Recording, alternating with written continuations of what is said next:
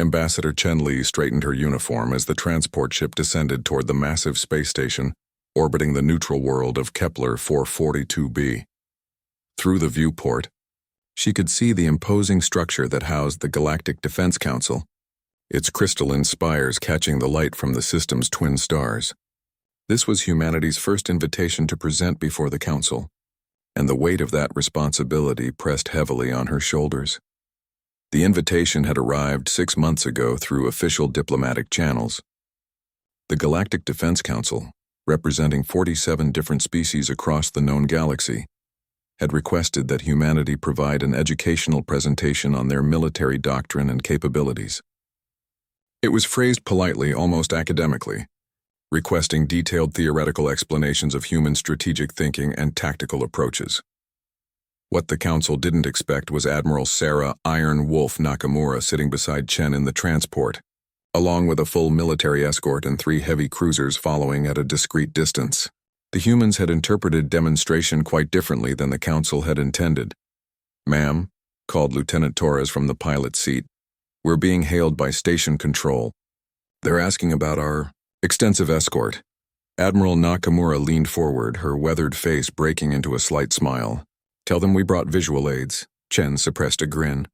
When the Council had requested the presentation, Earth's military leadership had held heated debates about the appropriate response. The diplomatic corps wanted PowerPoint slides and academic papers. The military wanted something more hands-on. Admiral Nakamura had convinced the Joint Chiefs with a simple argument. They want to understand how humans fight? Then they need to see how humans fight. The docking bay of the station was enormous, designed to accommodate ships from species ranging from the tiny insectoid Vex to the massive whale-like Cetani. The human transport looked modest in comparison, but Chen knew that appearances could be deceiving. The 3 cruisers maintaining position just outside the station's defensive perimeter certainly weren't modest. As they disembarked, Chen was struck by the diversity of beings moving through the station. Tall, graceful Etherians glided past on their 4 legs, their translucent skin shimmering in the artificial light. A group of rocky, boulder-like granite moved slowly but deliberately toward what appeared to be a cantina. In the distance, she could see the quick, darting movements of the Quicksilver, a species that experienced time at nearly twice the rate of most others. Their escort was met by Protocol Officer Zenth, a member of the Collective, a hive-mind species that spoke in harmonious multiple voices. "Ambassador Chen Li, Admiral Nakamura, welcome to Galactic Defense Council Station Harmony. We are pleased that humanity has accepted our invitation to share your military insights with the Council." "We're honored to be here," Chen replied diplomatically. "I think you'll find our presentation quite illuminating."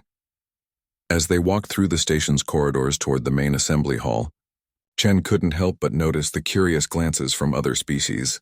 Humanity was still relatively new to the galactic community, having achieved faster-than-light travel only 30 years ago. Most species had taken centuries or millennia to develop such technology. Humans had done it in decades after first contact, showing a remarkable ability to adapt and integrate alien concepts with their own innovations. The assembly hall was breathtaking. It was a massive spherical chamber with the presentation area at the center, and seating arranged in concentric rings rising toward the walls. Representatives from dozens of species filled the seats, their various forms of communication creating a symphony of sounds, from the melodious tones of the songbirds to the harmonic vibrations of the crystal people. Council Director Vorth, a tall reptilian being with golden scales, stood to address the assembly. "Honored representatives, we gather today to learn from our newest members about their approach to military science. The humans have shown remarkable tactical success in their brief time among the stars, and we hope to understand the principles that guide their military thinking." Chen exchanged a quick glance with Admiral Nakamura. The Council clearly expected an academic lecture, complete with diagrams and theoretical discussions. They were about to get something entirely different. "Thank you, Director Vorth," Chen said as she approached the central platform. "When we received your invitation to demonstrate human military capabilities, we took your words quite literally. Rather than bore you with theoretical discussions, we thought you might prefer a more practical approach." A murmur rippled through the assembly. Several species were known for their academic approaches to warfare. treating it as a science to be studied rather than an art to be practiced. The idea of a practical approach seemed to confuse them. Admiral Nakamura will be conducting today's demonstration, Chen continued. I should mention that we've taken the liberty of positioning some of our ships nearby to serve as visual aids. I hope you don't mind. Admiral Nakamura stepped forward, her bearing commanding immediate attention. Ladies, gentlemen, and honored beings of various configurations, she began, her voice carrying easily through the chamber's acoustics. Human military doctrine is built on a simple principle that might seem foreign to many of you. We don't just study war, we embrace it. The chamber fell silent. Even the constant background hum of the various species' communications seemed to pause. You see, the Admiral continued, most species develop military capabilities as a necessity, something unpleasant but required for survival. Humans are different. We've been perfecting the art of warfare for our entire recorded history. It's not just what we do, it's who we are. She gestured to the main viewing screen, which lit up to show the exterior of the station. 3 sleek human cruisers hung in space like predators, their dark hulls absorbing rather than reflecting light. Today, we're going to show you what that means in practice. But first, I need to ask, are your station's shields and defensive systems operational? Because things are about to get very interesting. Director Vorth's tongue flicked out nervously. Admiral, surely you don't intend to conduct actual military exercises near a civilian station? Admiral Nakamura's smile was sharp as a blade. Oh, Director, where we're going, there's no such thing as civilians. The tension in the assembly hall was thick enough to cut with a plasma blade.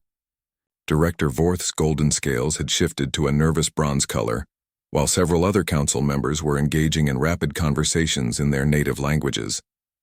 The collective's multiple voices had risen to an anxious harmonic chord. Admiral Nakamura seemed completely unfazed by the growing unease. She stood calmly at the center platform, hands clasped behind her back, waiting for the commotion to settle. When it didn't, she simply raised her voice. Computer, open channel to Cruiser Defiance.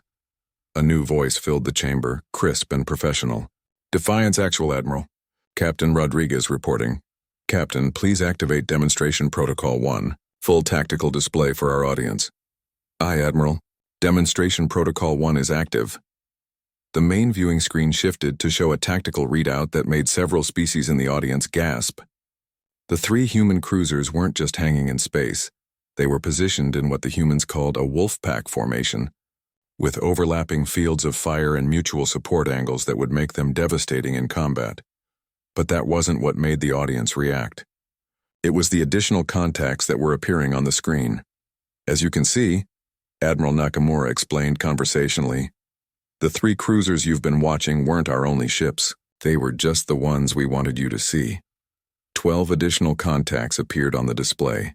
Destroyers and frigates that had been running silent, invisible to the station's sensors.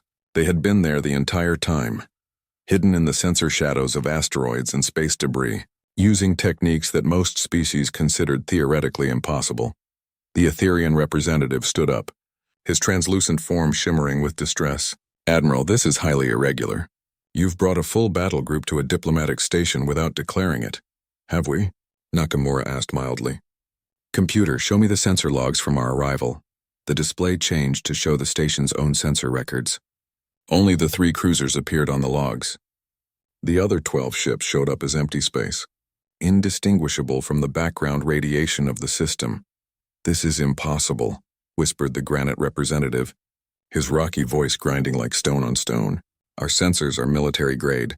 They should detect any ship with an active power signature. Should is such an interesting word, Admiral Nakamura observed. Captain Rodriguez, please demonstrate human stealth capabilities. On the screen, one of the frigates, the Sneaky Pete according to its transponder, began to cycle through different stealth modes. First, it simply disappeared from sensors, becoming a ghost ship that existed but couldn't be detected.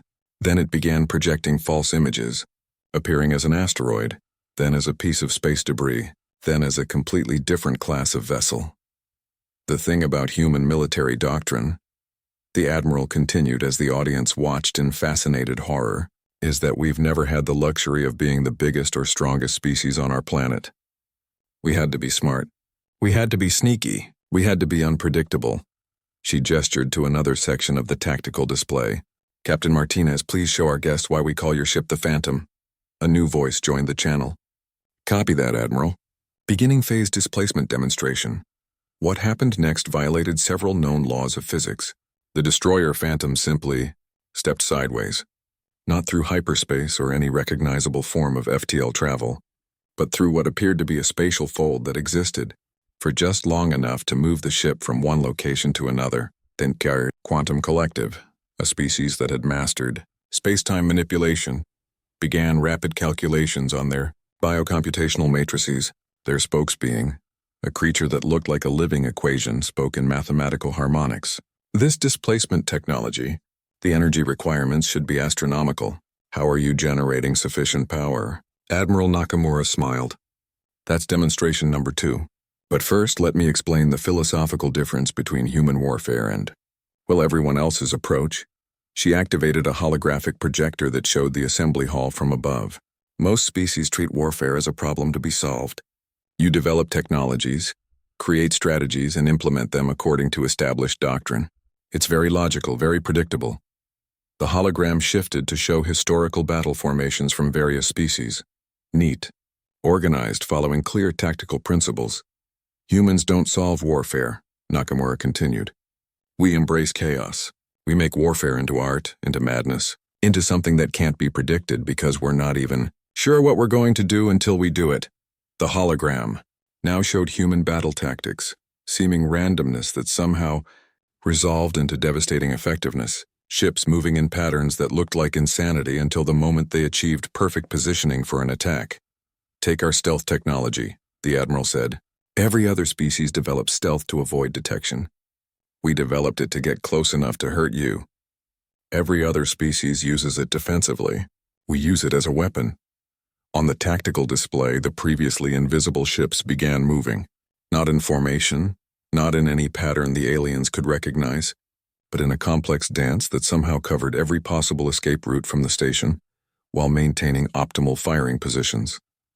"Captain Joe," Nakamura called, "please show our guest what we call a human hello." The screen filled with new contacts, missiles launching from the human ships, not aimed at the station, but creating a complex web of trajectories that painted the space around them with potential destruction. The missiles were clearly unarmed. They registered as training rounds, but their positioning demonstrated that every single ship in the system could have been targeted simultaneously. "The beautiful thing about human missiles," the Admiral explained, as the council members watched the display with growing alarm, "is that they don't just go where you aim them. They think. They adapt. They make decisions." As if to prove her point, several of the missiles adjusted their courses mid-flight, responding to evasive maneuvers that hadn't even been programmed into the demonstration. They were learning, adapting, becoming more dangerous with each passing second. Director Vorth's voice was strained. "Admiral, I think we've seen enough of your first demonstration." "Oh, Director," Admiral Nakamura replied with a predatory smile. "We're just getting started. That was just us saying hello." The assembly hall had fallen into an uneasy silence. Several council members were engaged in frantic discussions with their military advisors, while others seemed frozen in shock. The crystalline hegemony's representative was pulsing with rapid light patterns that their translator struggled to keep up with. Admiral Nakamura seemed to be enjoying the effect her demonstration was having. She walked slowly around the central platform, her movements casual and confident, like a teacher giving a lesson to particularly slow students. "Now, I know what you're thinking," she said, her voice carrying easily through the chamber. "Impressive technology, but surely any advanced civilization could develop similar capabilities given time and resources. And you'd be right up to a point." She paused at the edge of the platform, looking up at the assembled representatives. "But technology isn't what makes humans dangerous. It's what we do with it. Captain Kim, please begin demonstration number 3. A new voice joined the communications channel, this one with a slight accent that several translation systems failed to identify. "Roger that, Admiral. Beginning adaptive tactics demonstration. All ships implement Doctrine 77 Alpha." The tactical display exploded into motion.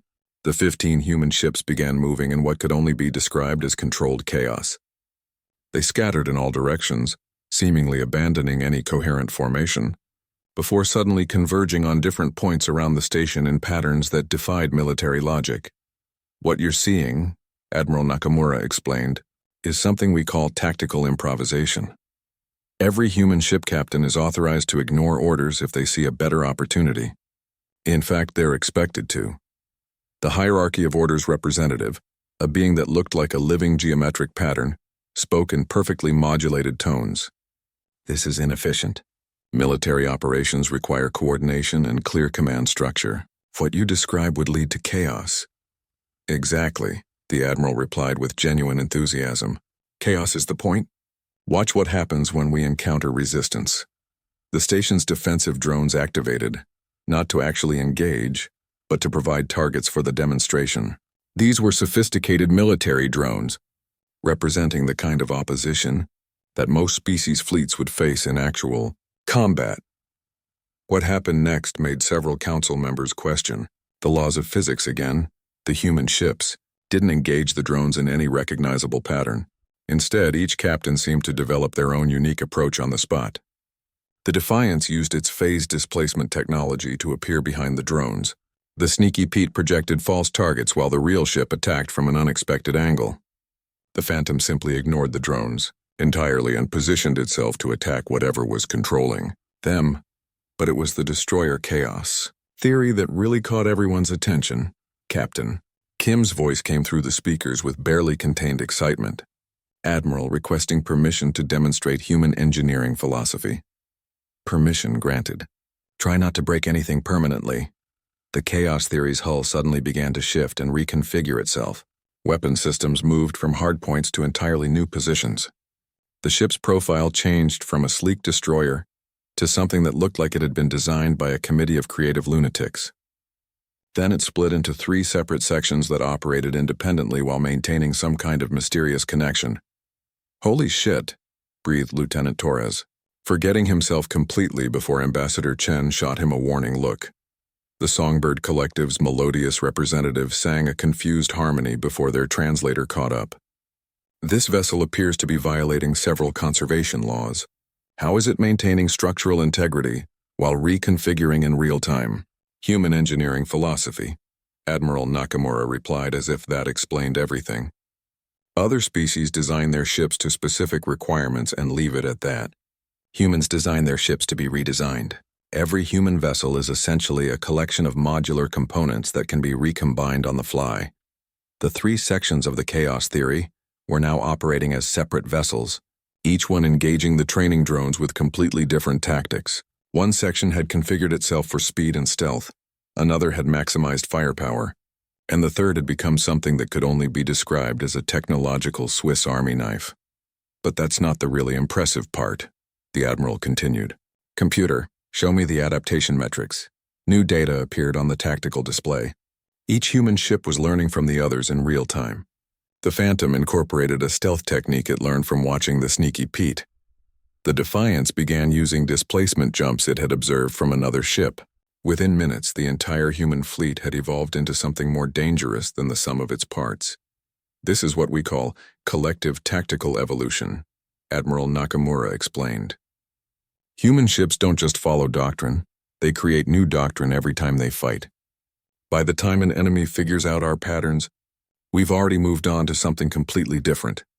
The mechanical consciousness, a collection of linked AI systems, spoke in binary harmonics that translated to pure confusion. This approach must result in catastrophic failure rates. The variables are too numerous to control. That's where you're wrong, the Admiral said with a grin. We don't control the variables. We become the variables. Captain Thompson, please show them the Nelson maneuver. A frigate that had been hanging back suddenly accelerated directly toward the largest group of training drones. Instead of engaging them at range, it flew straight into the middle of the formation and began spinning like a mad top while firing in all directions. It should have been suicide. Instead, it was devastatingly effective. The frigate's seemingly random movement pattern made it impossible to target, while its omnidirectional fire destroyed the entire drone formation in seconds. Horatio Nelson was a human naval commander who won battles by doing exactly what the enemy didn't expect, Admiral Nakamura explained to the stunned audience. He once won a major engagement by sailing directly at the enemy fleet and cutting their line in half. It was completely against established naval doctrine. It was also completely insane. She gestured to the tactical display. That's human military thinking in a nutshell. We do what doesn't make sense until the moment it makes perfect sense. The Etherian representative's form was shimmering, with what their species displayed as profound disturbance. Admiral, what you're describing isn't military doctrine. It's organized madness. Now you're getting it, Nakamura replied cheerfully. The thing about fighting humans is that we don't just want to win. We want to win in a way that makes you question everything you thought you knew about warfare. Director Vorth had been silent throughout the demonstration, but now he spoke up. Admiral, I believe we understand your point. Perhaps we could— Oh, we're nowhere near done, the Admiral interrupted. So far you've seen our ships and our tactics. But you haven't seen what makes humans really special in a fight. She turned to the communications array. All ships, this is Admiral Nakamura. It's time to show our new friends what we do when we're not playing by the rules anymore. Begin Demonstration 4, Human Factor Protocol. The response from every ship captain was immediate and identical. Aye, aye, Admiral. Time to get creative. Ambassador Chen felt a chill run down her spine. She had read the classified files on Human Factor Protocol. If Admiral Nakamura was implementing it here, things were about to get very interesting indeed. The phrase Human Factor Protocol seemed to have an electric effect on every human in the chamber. Lieutenant Torres sat up straighter. Ambassador Chen's diplomatic mask slipped just enough to show genuine excitement, and Admiral Nakamura's smile became predatory. It had the opposite effect on everyone else. Admiral, Director Vorth said carefully, what exactly is the Human Factor Protocol? Instead of answering immediately, Nakamura gestured to the tactical display. The 15 human ships had reformed into a loose formation around the station, but something was different. The ships themselves seemed different somehow, as if they had been waiting for this moment to show their true nature. Every species in this galaxy, the Admiral began, develops military doctrine based on logic, efficiency, and predictable outcomes. You run calculations, determine optimal strategies, and implement them systematically. It's very rational. She paused, letting that sink in. Humans tried that approach for about 10 minutes after we developed interstellar flight. Then we remembered who we are. Captain Rodriguez's voice came through the speakers, and there was something new in his tone, a barely contained eagerness that hadn't been there before. Admiral, Defiance is ready for unrestricted operations. Copy that, Captain. All ships, you are weapons-free for creative solutions. Let's show our guests what happens when humans stop following the manual. What happened next would be talked about in military academies across the galaxy for centuries to come. The destroyer chaos theory, which had already impressed everyone, by splitting into 3 sections, suddenly did something that should have been impossible. Each section began rapidly manufacturing new components using what appeared to be matter conversion technology. Within minutes, the 3 sections had become 5, then 7, then 12 completely independent vessels, each one apparently constructed from raw space debris and energy. That's violation of conservation of mass, stammered the Quantum Collective's representative. Is it? Admiral Nakamura asked innocently. Captain Kim, please explain your reasoning. Captain Kim's voice was filled with the enthusiasm of someone who genuinely loved their job. Well, Admiral, the manual says you can't create matter from energy in combat conditions, but the manual was written by people who never tried really hard. On the display, the technical readouts showed exactly what Kim was doing. The chaos theory wasn't violating physics. It was exploiting physics in ways that no one had ever thought to try. It was using its fusion reactors to convert energy into matter at rates that should have been catastrophically unstable, then using the ship's reconfiguration systems to shape that matter into functional spacecraft. The beautiful thing about the Human Factor Protocol, Admiral Nakamura explained to the increasingly distressed audience, is that it acknowledges a simple truth. Humans don't really believe in impossible. We believe in nobody's tried hard enough yet. The frigate Sneaky Pete was demonstrating its own interpretation of creative solutions. It had somehow convinced the station's own sensors that it was a friendly supply ship, despite the fact that everyone could clearly see it on the tactical display. Even more disturbing, it was apparently selling this deception so convincingly that the station's automated systems were actually trying to guide it to a docking bay. "How is it doing that?" demanded the mechanical consciousness representative. "Social engineering," came the cheerful reply from Captain Martinez. "Turns out that most AI systems are just as susceptible to a good con job as biological beings. You just have to know how to talk to them." But it was the battlecruiser Relentless that was causing the most concern. Captain Sarah Park's ship had always been known for unconventional tactics, but what she was doing now defied classification. The Relentless had somehow convinced the station's defensive systems that it was actually a part of the station itself. "Captain Park," Admiral Nakamura called, "please explain your methodology for our guests." "Well, Admiral," came Park's voice, tinged with the satisfaction of a puzzle solved, "I noticed that the station's identification systems use a hierarchical query protocol. So I asked myself, what if we didn't try to fool the system but instead convinced it to fool itself?" The technical display showed what she meant. The Relentless wasn't projecting false identification signals. It was somehow making the station's own computers generate the correct identification for a defense platform that had never existed. As far as the station knew, the Relentless had always been there. "This is getting out of hand," Director Vorth said, his bronze coloring shifting to something approaching panic yellow. "Admiral, your ships are effectively taking control of our defensive systems. Are they?" Nakamura asked with feigned surprise. "Captain Park, are you taking control of the station's defenses?" "Oh no, Admiral, I'm not taking control of anything. I'm just making friends with the local AI systems. Turns out they're pretty lonely and appreciate someone taking the time to really understand them." The truth of this statement became apparent as the station's own defensive platforms began moving to escort positions around the human ships. They hadn't been hijacked or overridden. They had apparently been convinced that this was their assigned mission. "The thing about human factor protocol," Admiral Nakamura explained to the now thoroughly alarmed council, "is that it recognizes something that most species never consider. Every system, every technology, every strategy has a psychological component. And humans are very, very good at psychology." The demonstration was reaching levels that stretched credibility. The heavy cruiser Magnificent Bastard had somehow convinced a group of the station's maintenance drones to begin constructing additional weapons platforms using spare parts from the station's own inventory. The drones seemed to genuinely believe this was routine maintenance work. "This isn't military tactics," protested the Etherian representative. "This is some form of mass hypnosis."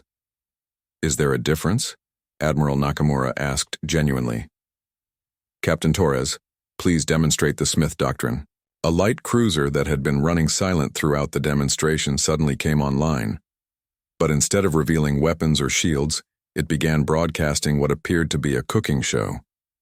"Ladies, gentlemen, and assorted sentient beings," came Captain Torres's cheerful voice, "welcome to Cooking with Plasma. Today we'll be demonstrating how to prepare a traditional human dish using only military-grade fusion reactions." The bewildered aliens watched as the ship's main gun began what appeared to be a complex recipe, using targeted plasma beams to cook ingredients that were somehow being prepared in the vacuum of space. What is the point of this?" asked Director Vorth weakly. "Information warfare," Admiral Nakamura replied casually. "While you're trying to figure out what we're doing, we're already 3 steps ahead of you. The Smith Doctrine states that the best way to confuse an enemy is to do something so completely unexpected that they waste time trying to understand it instead of responding to it." She gestured to the tactical display, which now showed that while everyone had been watching the cooking show, the human fleet had quietly positioned themselves in a formation that could devastate the entire system while apparently being engaged in recreational activities.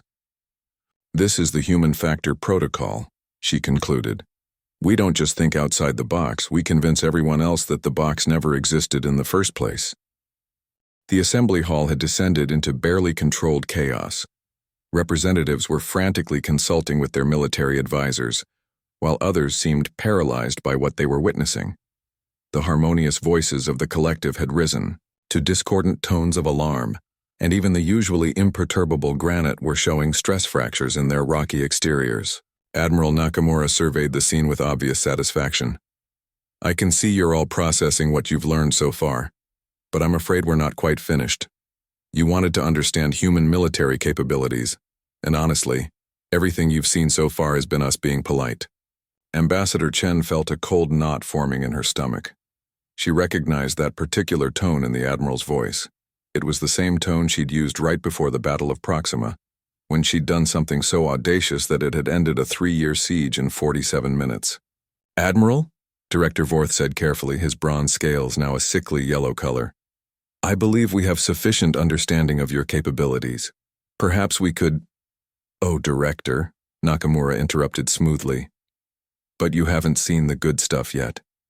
Everything so far has been individual ship capabilities and small unit tactics. You haven't seen what happens when humans really commit to a fight. She turned to the communications array with an expression that made every human in the room straighten to attention. All ships, this is Admiral Nakamura. Initiate Protocol Omega. Authorization Tango 77 Actual. Implement Doctrine Absolute. The response was immediate and unified. Protocol Omega confirmed. Doctrine Absolute is in effect. All safeties disengaged. What is Protocol Omega? Asked the Quantum Collective's representative, their mathematical harmonics taking on undertones of dread. Instead of answering directly, Admiral Nakamura gestured to the main display.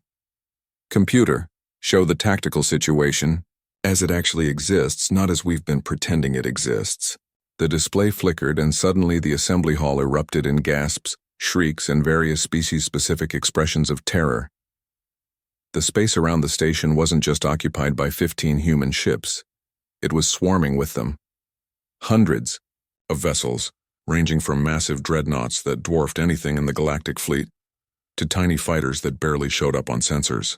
They had been there the entire time, hidden not just by stealth technology but by some form of dimensional folding that had kept them literally outside normal space. How? Director Vorth's voice failed him completely. The thing about human military planning, Admiral Nakamura explained conversationally, is that we never ever show our full hand until we absolutely have to. What you've been watching is a demonstration put on by about 3% of the force we brought to this little chat. The technical readouts were staggering. The human fleet wasn't just larger than anything ever assembled in galactic history. It was larger than most species' entire military forces combined, and every ship was radiating energy signatures that suggested weapons technology, decades ahead of anything previously known. This is impossible, whispered the Etherian representative. The energy required to maintain dimensional folding on this scale, it would take the output of entire stars. Would it? Admiral Nakamura asked with genuine curiosity. Captain Harrison, please explain your power generation methods to our guests. A new voice joined the channel, this one calm and professional, with just a hint of academic enthusiasm. Certainly, Admiral. We're using what we call aggressive matter conversion. Basically, we're teaching atoms to be more cooperative about becoming energy. The technical display showed power readings that made several representatives' translation systems simply give up and display error messages. The human ships weren't just using fusion or antimatter. They were apparently convincing matter to convert to energy at rates approaching theoretical maximums, while somehow maintaining perfect control over the process. But that's not the really impressive part. Admiral Nakamura continued. Computer, show them what we've done to the local space-time structure. The display shifted to show a 3-dimensional map of local space, and several council members began making distressed noises. The humans hadn't just brought an overwhelming fleet. They had somehow woven their ships into the fabric of space-time itself, creating what appeared to be a localized network that allowed instantaneous communication and coordination across impossible distances. We call it the combat web, the Admiral explained. Every human ship, from the smallest fighter to the largest dreadnought, is neurally linked to every other ship in real time. We don't just have superior tactics, we have a collective consciousness that spans multiple dimensions. The mechanical consciousness representative's binary harmonics became increasingly frantic. This level of neural networking should cause cascading feedback loops. How are your organic minds processing this much information? That's the beautiful thing about human psychology. Nakamura replied with obvious pride. We're already insane.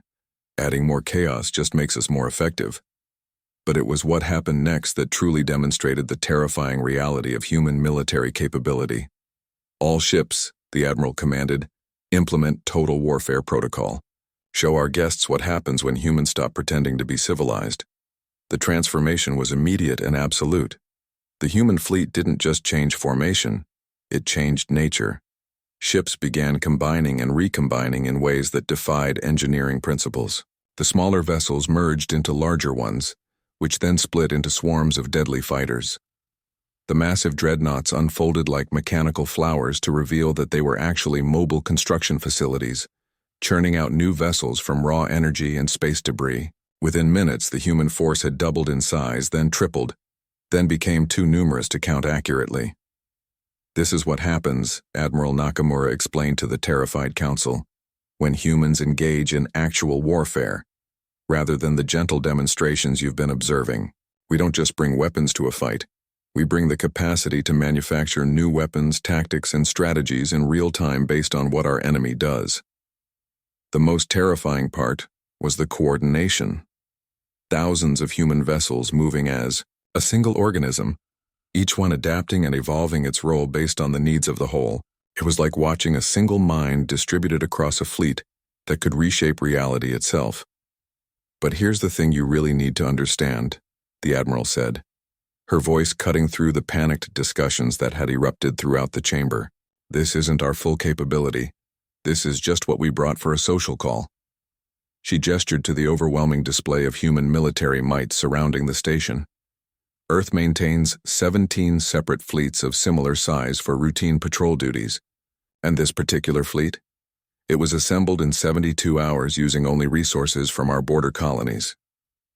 The silence that followed was deafening.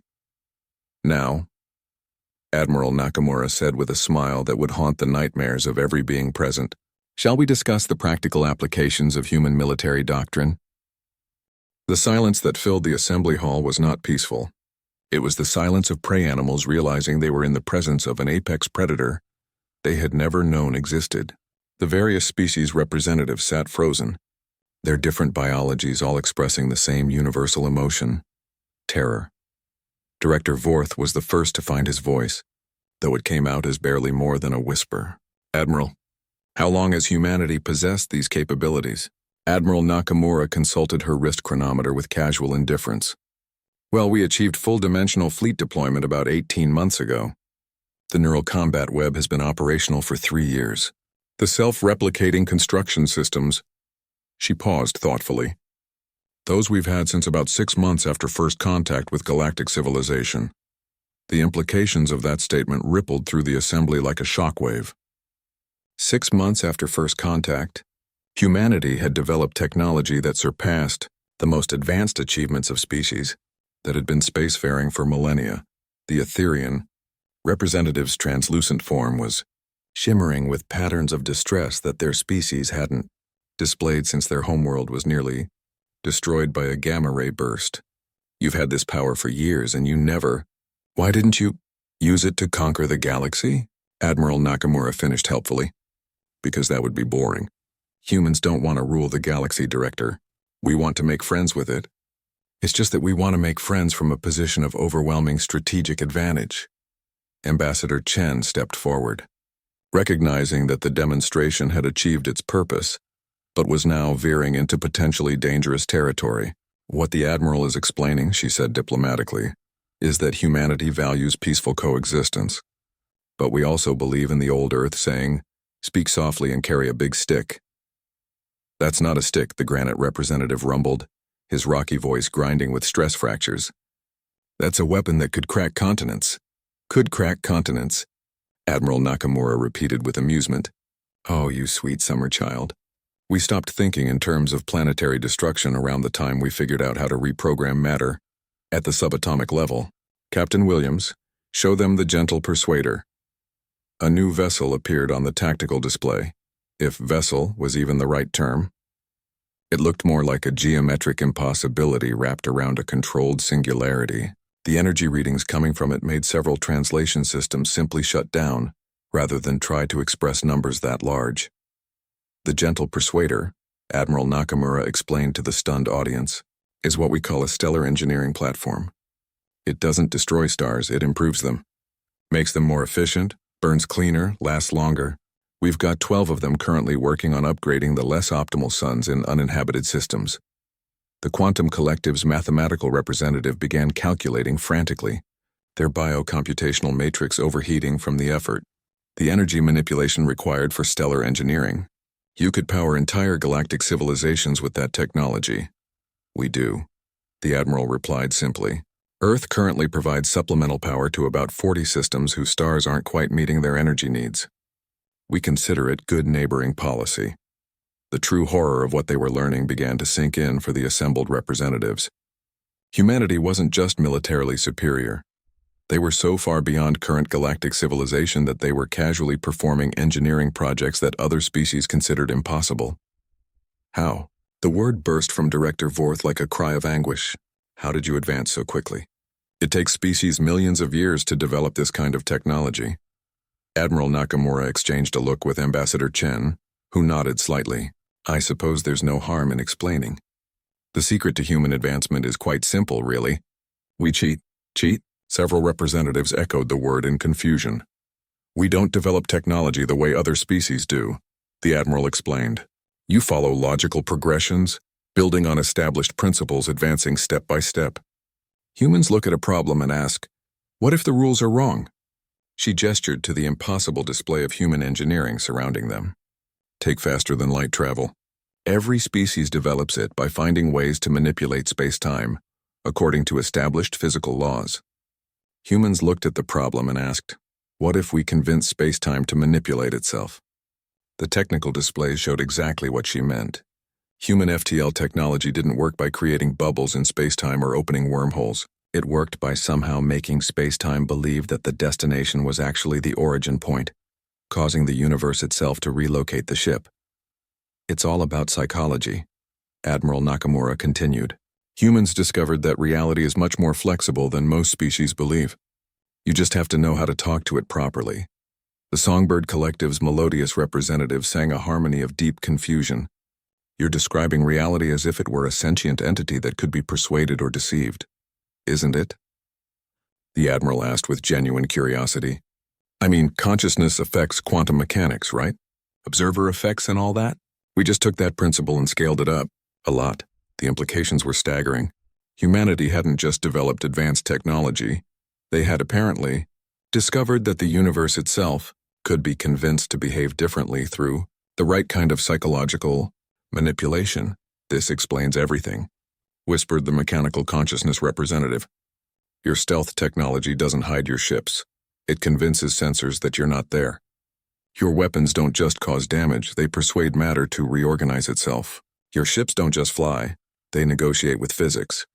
Now you're getting it, Admiral Nakamura said with approval. Human military doctrine isn't based on forcing our will on the enemy. It's based on convincing reality itself that we've already won. Director Vorth's scales had cycled through every stress color in his species, emotional spectrum, and were now displaying patterns that their xenobiologists hadn't seen in fossil records. Admiral, I need to ask directly, does humanity pose a threat to galactic civilization?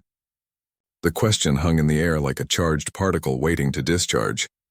Every being in the assembly hall held their breath, or whatever their species did instead of breathing. Admiral Nakamura was quiet for a long moment, considering her answer carefully. When she spoke, her voice had lost all trace of humor or casual menace. Director Vorth, humanity could have conquered this galaxy completely within 6 months of achieving interstellar flight. We could have reshaped every world to our preferences, reprogrammed every sentient mind to worship us as gods, and turned the entire galaxy into a playground for human amusement. The pause that followed was infinitely more terrifying than any display of military might. But we didn't. And we never will. Because the most dangerous thing about humanity isn't our technology, or our tactics, or our ability to convince the universe to do backflips. The most dangerous thing about humanity is that we genuinely want to be friends with everyone. She smiled.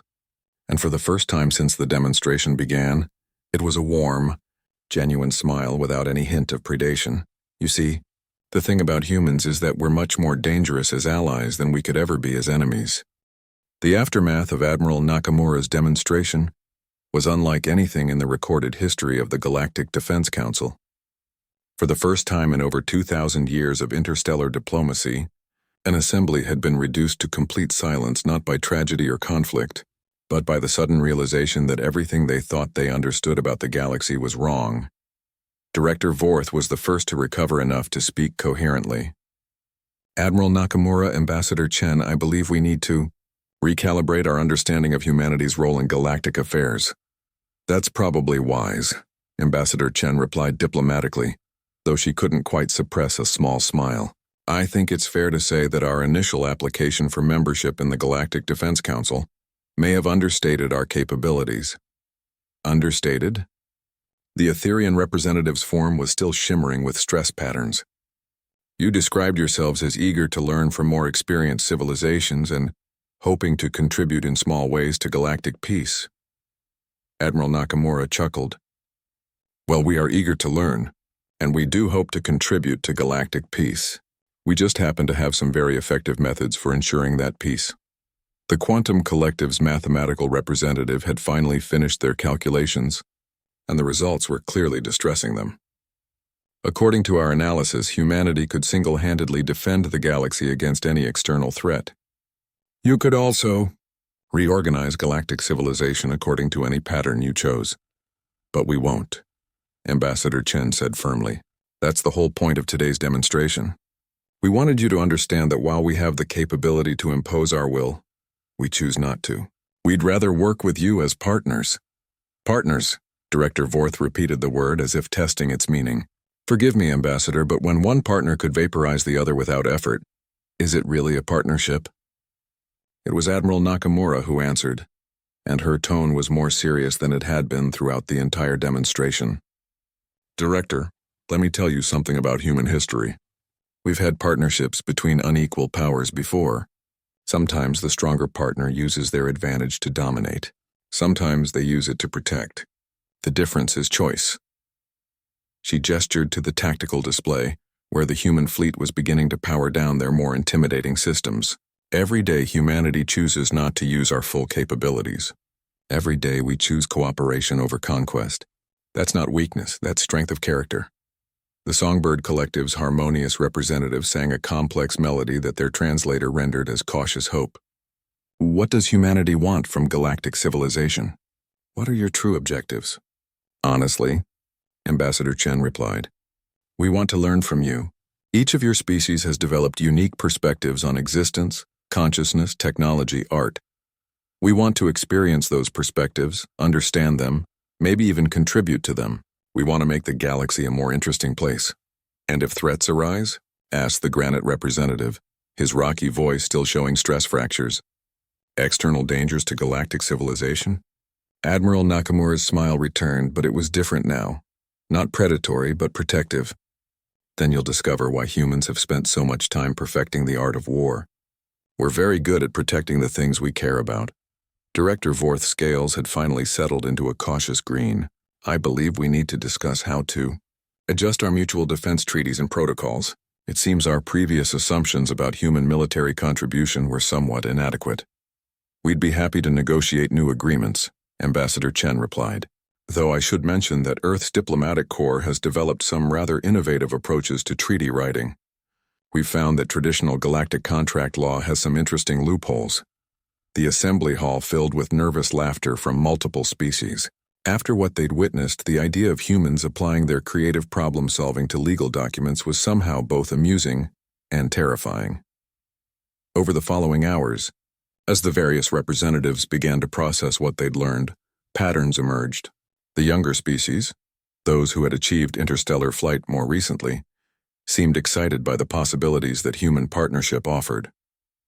The older, more established civilizations appeared more concerned about the disruption to existing power structures. But as Admiral Nakamura observed to Ambassador Chen during a break in discussions, that was exactly what humanity had expected. Change is hard for species that have spent millennia developing stable civilizations, she said quietly. But stagnation is harder. Sometimes you need someone to come along and shake things up. Gently, Chen replied with a meaningful look. Of course, gently. The Admiral's grin suggested that her definition of gently might need some calibration. As the formal sessions concluded, Director Vorth approached the human delegation with what appeared to be a mixture of respect and wariness. Ambassador Chen, Admiral Nakamura, I want to thank you for your educational presentation today. I believe I speak for the entire Council when I say that we have a much clearer understanding of humanity's capabilities and intentions.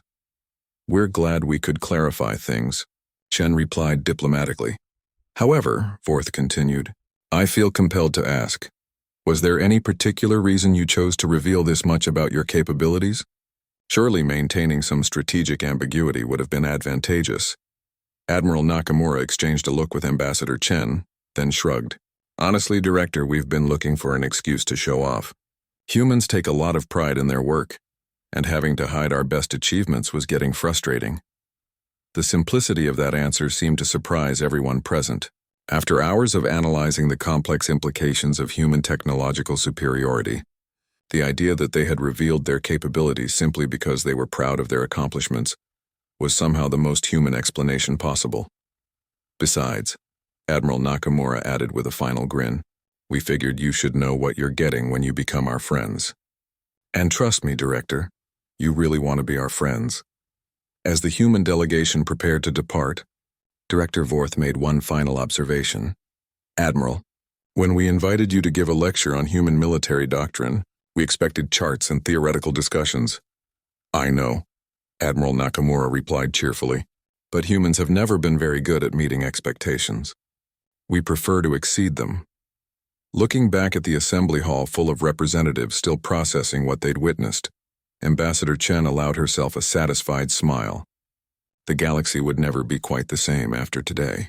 But that, she reflected, was probably for the best. After all, the universe was a big place, and it was about time someone reminded it how to have fun.